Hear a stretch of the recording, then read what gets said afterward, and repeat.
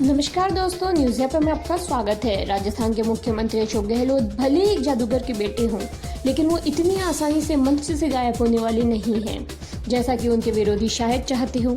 वो बर्खास्त किए गए अपने डिप्टी सचिन पायलट के विद्रोह का सामना कर रहे हैं। बावजूद इसके वो कड़े बयान जारी करने से कतराते नहीं। शुक्रवार को राज्यपाल कलराज मिश्र ने जब विधानसभा की बैठक बुलाने से इनकार किया तो गहलोत ने उनके निवास का घेराव करके शक्ति प्रदर्शन किया। पायलट को निकम्मा कहने से लेकर राज्यपाल मिश्र पर टालू रवैया अपनाने का आरोप लगाने और अपने विधायकों से गांधीवादी तरीका अपनाने का आग्रह करने तक राजस्थान के मुख्यमंत्री अपने राजनीतिक टूल बॉक्स के सारे औजारों का इस्तेमाल कर रहे हैं। इस कारण से अशोक गहलोत द प्रिंट के news maker of the week हैं। 1985 में पहली बार राजस्थान कांग्रेस का अध्यक्ष नियुक्त किए जाने के बाद 34 वर्षीय अशोक गहलोत पार्टी के बड़े नेताओं का आशीर्वाद लेने गए थे, जिनमें मुख्यमंत्री हरिदेव जोशी और उनके पूर्ववर्ती शिवचरण माथुर शामिल थे।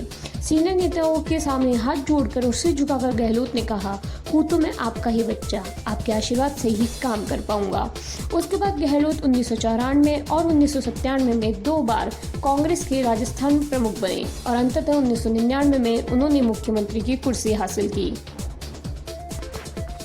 अशोक गहलोत के पूर्व सलाहकार रमेश बोराना ने द प्रिंट को बताया, इस तरह वो स्मार्ट थे। उन्हें पता था कि पार्टी में आगे बढ़ने के लिए उन्हें राज्य में अपने सीनियरों के साथ मिलकर चलना होगा, उनसे टकराव या विरोध से बचना होगा।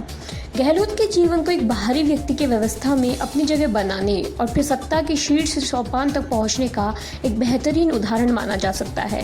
लेकिन खुद गहलोत के ही अनुसार यदि युवावस्था में ही पूर्व प्रधानमंत्री इंदिरा गांधी की उन पर नजर नहीं पड़ी होती तो वो अपने पिताजी वाला पेशा जादूगिरी अपना चुके होते। जोधपुर में पैदा हुए गहलोत पर इंदिरा गांधी की नजर तब पड़ी जब वो एक पार्टी कार्यकर्ता के रूप में 1971 के युद्ध के शरणार्थियों को राजस्थान में बसाने की सक्रिय भूमिका निभा रहे थे। कांग्रेस का एक कदम पूरी तरह जोखिम से भरा था।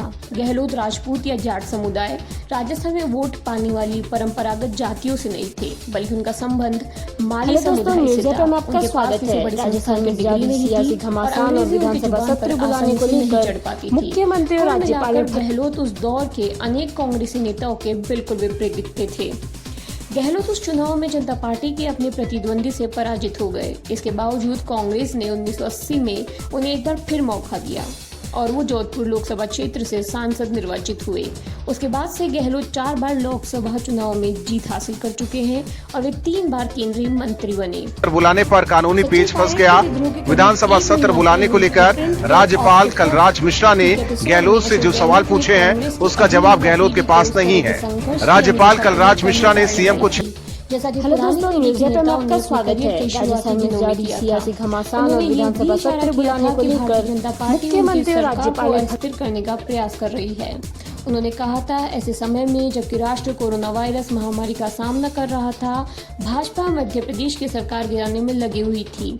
मुझे पता था कि वे राजस्थान में भी वैसा ही प्रयास कर रहे हैं, लेकिन हम आत्मविश्वास के साथ उनका सामना करेंगे।